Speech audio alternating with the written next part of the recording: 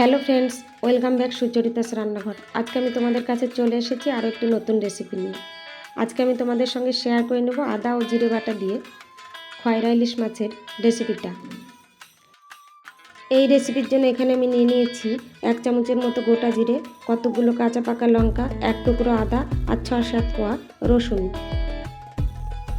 এবার এই সমস্ত কিছু একসঙ্গে শিলপাটায় আমি বেটে নেব।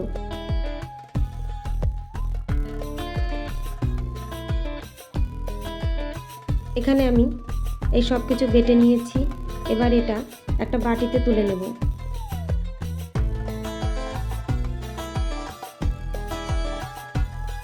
এই বাটা মশলাটা আমি একটা বাটিতে তুলে নিলাম।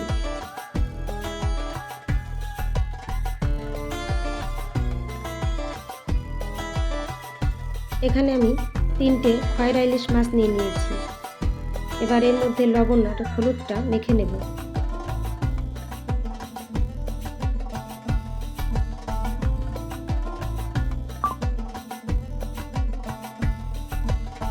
এখানে আমি মাছের সঙ্গে লবণ আর হলুদটা মেখে নিয়েছি। এবার 10 মিনিট রেখে দিলাম।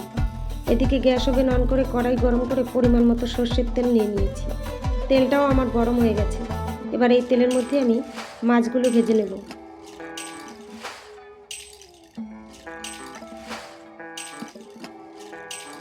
মাছের একটা সাইড আমার ভাজা হয়ে গেছে, মাছটা আমি উল্টে নিলাম। এই মাছ এখানে আমি বেশি কড়া করে ভাজবো না, হালকা ভেজে নেব।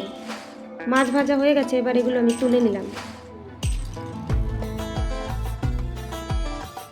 এবার এই তেলের মধ্যেই অল্প পরিমাণে কালো জিরে দিয়ে দিলাম আর দিয়ে দিলাম বাটা মশলাটা।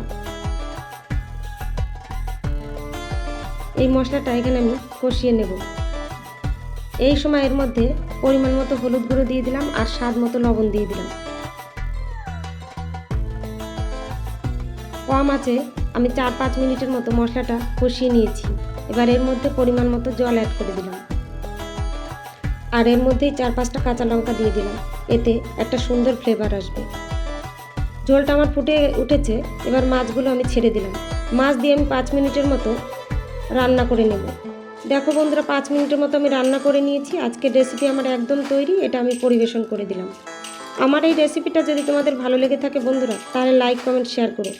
আর নতুন বন্ধুদের কাছে আমার চ্যানেলটা সাবস্ক্রাইব করার অনুরোধ রইল। অনেক ধন্যবাদ বন্ধুরা ভিডিওটা শেষ পর্যন্ত দেখার জন্য আর আমার পাশে থাকার জন্য।